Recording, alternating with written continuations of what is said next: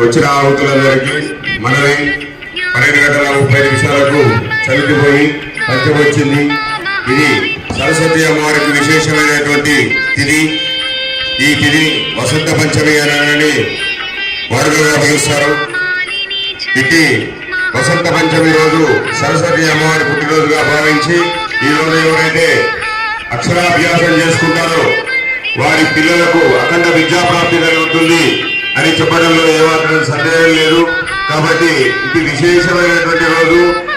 తల్లిదండ్రులందరూ కూడా నూతనంగా పాఠశాలలో జరిపించే పిల్లలందరినీ వారు కోరుకున్నటువంటి విద్యాలయాలకు తీసుకుని వచ్చి ఇది విశేషమైన రోజు వారందరూ కూడా తమ పిల్లల చేత ఓం నమః శ్రీవాయ సిద్ధం నమః శ్రీ సరస్వతి మాతా దేవతాయ నమః అని పలక మీద రాయించుకుంటే వారందరికీ కూడా అఖండ విద్యా ప్రాప్తి కలుగుతుంది అనడంలో ఏమాత్రం సందేహం లేదు. కాబట్టి ఇటువంటి మంచి సందర్భాన్ని తల్లిదండ్రులందరూ కూడా వినియోగించుకోవాలని మనవి. సర్వే జనా సుఖినో భవంతు.